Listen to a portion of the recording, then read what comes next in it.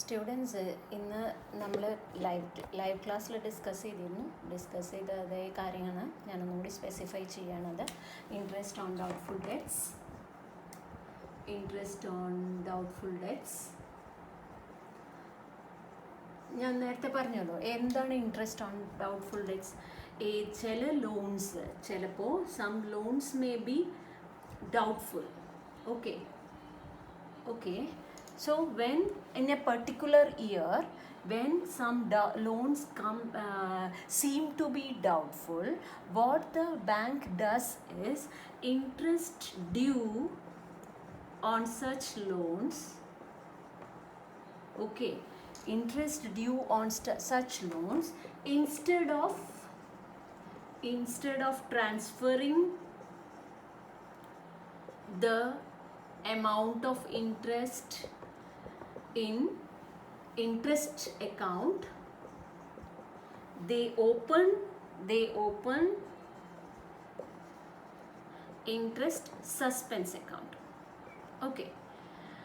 അപ്പോൾ ഇത് ഓപ്പൺ ചെയ്യുക. അപ്പോൾ ഒരു പർട്ടിക്കുലർ ഇയറിൽ ഒരു ലോൺ ഡൗട്ട്ഫുൾ ആണെന്ന് തോന്നിയാൽ അവരെന്ത് ചെയ്യും വെച്ചാൽ ആ ലോണിൻ്റെ ഇൻട്രസ്റ്റ് സാധാരണ ഇൻട്രസ്റ്റ് അക്കൗണ്ടിലാണ് ക്രെഡിറ്റ് ചെയ്യാറ്, പക്ഷേ ഇത് ഇൻട്രസ്റ്റ് സസ്പെൻസ് അക്കൗണ്ടിലേക്കാണ് ക്രെഡിറ്റ് ചെയ്യുക. അപ്പോൾ ജേർണൽ എൻട്രി എന്ത് വരും? Customer loan account debtor to interest suspense account. അപ്പോൾ ഇത് ഓപ്പൺ ചെയ്തു. അപ്പോൾ ഇനി പിന്നത്തെ വർഷം എന്തുണ്ടായി എന്നുള്ളതാണ് പറയുന്നത്. ഇത് നോക്കിയിട്ട് അപ്പോൾ ഫസ്റ്റ് ഇയറിൽ നമ്മൾ ലോൺ ഡൗട്ട്ഫുൾ ആണെന്ന് തോന്നി, ആ ലോണിൽ മുകളിൽ ഡ്യൂ ആയ ഇൻട്രസ്റ്റ് അക്കൗണ്ടിലേക്ക് ട്രാൻസ്ഫർ ചെയ്യുന്നതിന് പകരം ഇൻട്രസ്റ്റ് സസ്പെൻസ് അക്കൗണ്ടിലേക്ക് ട്രാൻസ്ഫർ ചെയ്തു. ഇനി അടുത്തത് നമ്മൾ പറയുന്നത് നെക്സ്റ്റ് ഇയറിൽ എന്തുണ്ടായി? നെക്സ്റ്റ് ഇയറിൽ പാർഷ്യൽ റീപേയ്മെൻറ്റ് ഉണ്ടായി. ഇപ്പം നമ്മുടെ നേരത്തെ പ്രോബ്ലത്തിലാണെങ്കിൽ 1 lakh ലോണായിരുന്നു. നമ്മൾ എക്സാമ്പിൾ തന്നത് 1 lakh ലോണായിരുന്നു. ഇൻട്രസ്റ്റ് 31/3/2020 10,000 ആയിരുന്നു. This was doubtful. So this was transferred to interest suspense account. And the journal entry was Ashok loan account debtor to interest suspense 10,000. അതായിരുന്നു നമ്മൾ ആദ്യം കൊടുത്ത ജേർണൽ എൻട്രി. അടുത്ത ഇയറിൽ റീപേ ചെയ്തു. എത്രയുണ്ട്? 0.75, അതായത് 75 പൈസ വെച്ചിട്ടാണ് റീപേ ചെയ്തത്. അപ്പോൾ total amount to be received എത്രയാണ്? ലോണ് 1 lakh ആണ്. ഇൻട്രസ്റ്റ് 10,000 ആണ്. അപ്പോൾ 1,10,000 ആണ് ശരിക്കും ബാങ്കിന് കിട്ടേണ്ടിയിരുന്നേ. പക്ഷേ പാർഷ്യൽ എമൗണ്ട് റിസീവ്ഡ് എത്രയാണ്? എമൗണ്ട് ആക്ച്വലി റിസീവ്ഡ് എത്രയാ? എന്താ പറയുക, 1 lakh into 0.75, that is 75,000. Then interest 10,000 into 0.75 is 7,500. അപ്പോൾ ആക്ച്വലി റിസീവ്ഡ് 82,500 ആണ് കിട്ടിയത്. 82,500 ആണ് കിട്ടിയത്. ഇനി എന്താ ഇതിനെ ചെയ്യണേ നോക്കാം. അപ്പോൾ ഇത് കിട്ടുമ്പോൾ നെക്സ്റ്റ് ഇയറിൽ കിട്ടുമ്പോൾ ഫുൾ സെറ്റിൽമെൻ്റ് ആണെന്ന് പറഞ്ഞു. ഫുൾ സെറ്റിൽമെൻറ്റ് എന്ന് പറഞ്ഞാൽ ഇനി അങ്ങനെ ഒരു ലോണ് കമ്പനിയിൽ ഇല്ല, അങ്ങനെ ഒരു ലോൺ എമൗണ്ട് കമ്പനിയിലില്ല. അതാണ് ഫുൾ സെറ്റിൽമെൻറ്റ് എന്ന് പറയുന്നത്. അപ്പോൾ ഇനി എന്താ ചെയ്യണേ? അപ്പോൾ ലോണിൻ്റെ അക്കൗണ്ടിൽ നമ്മൾ ക്ലോസ് ആക്കി വിടണം. അപ്പോൾ എത്ര ക്ലോസ് ആക്കുക? എന്താ ക്ലോസ് ആക്കുമ്പോൾ ജേർണൽ എൻട്രി എന്താ വരിക? ലോൺ ഇതുവരെയും അസെറ്റ് ആയിരുന്നു, അപ്പോൾ ഇനി ലോൺ ക്ലോസ് ആക്കണമെങ്കിൽ അതിൻ്റെ ഡെബിറ്റ് ബാലൻസ് മാറി ക്രെഡിറ്റ് ബാലൻസ് ആവണം. അപ്പോൾ എന്തൊക്കെ കിട്ടി നമുക്ക്? Amount actually received 82,500. in loan amount not received എത്രയാ? നോട്ട് റിസീവ്ഡ് നമുക്ക് എത്ര കിട്ടി? 1 lakhൽ നിന്ന് 75,000 കഴിഞ്ഞിട്ട് 25,000 കിട്ടാതെ ഉണ്ട്. interest amount not received 10,000-ൽ നിന്ന് 7,500 കിട്ടി, 2,500 ഇനി കിട്ടാനുണ്ട്. അപ്പം ലോണ് മൊത്തം ക്ലോസ് ചെയ്യണം. എന്താണ് ലോൺ ശരിക്കും പറഞ്ഞാൽ എത്രയായിരുന്നു? ടോട്ടൽ എമൗണ്ട് 1,10,000 ആയിരുന്നു. അതെങ്ങനെയാണ് ക്ലോസ് ചെയ്യാന്നാണ് ഞാൻ പറയാൻ പോണേ. 1,10,000. ഓക്കെ, അപ്പോൾ ആദ്യം ഇതിന് ക്യാഷ് അക്കൗണ്ട് ഡെറ്റർ, ഇതെന്താണ്? എമൗണ്ട് കിട്ടിയതാണ്. സോ ജേണൽ എൻട്രി, ഫസ്റ്റിന് ജേണൽ എൻട്രി ഞാൻ ഇവിടെ എഴുതാം. Cash account debtor to loan account. Okay, cash account debtor to loan account 82,500. ready? ഇനി ഇത് കിട്ടാന് bad debts ആയി bad debt account debtor to loan account എത്രയാ? 25,000. ഓക്കെ, ഇത് രണ്ടും കൂടി കമ്പൈൻ ചെയ്ത് എഴുതാലോ. അപ്പം എന്താ ജേണൽ എൻട്രി വരാ?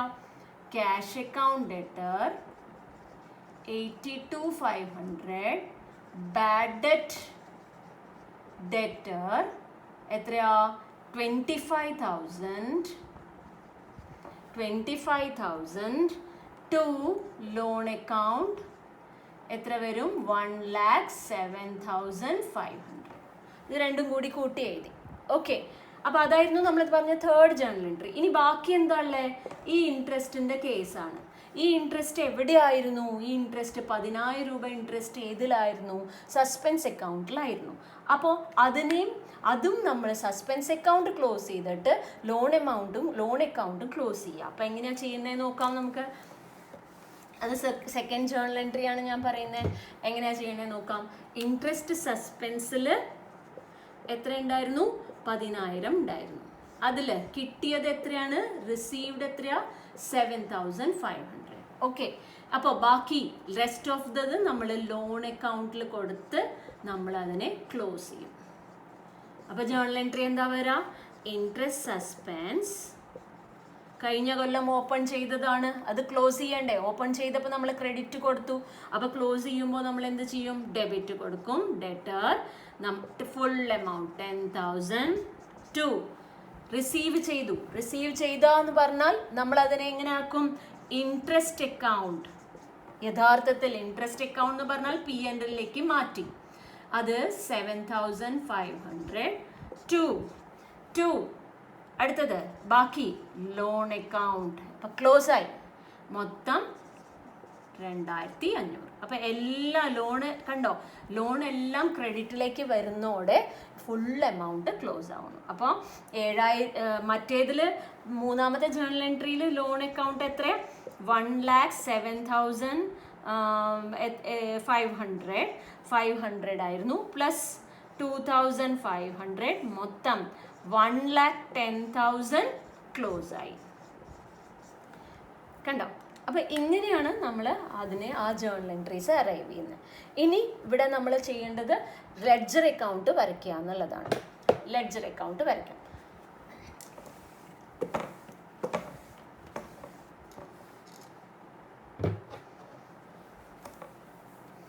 അപ്പോൾ 2 വർഷത്തെയും കാണിക്കണം. ലെഡ്ജർ വരയ്ക്കുമ്പോൾ 2 വർഷത്തെയും കാണിക്കണം. ഞാൻ വേറെ പെൻ എടുത്തിട്ട് വരാം.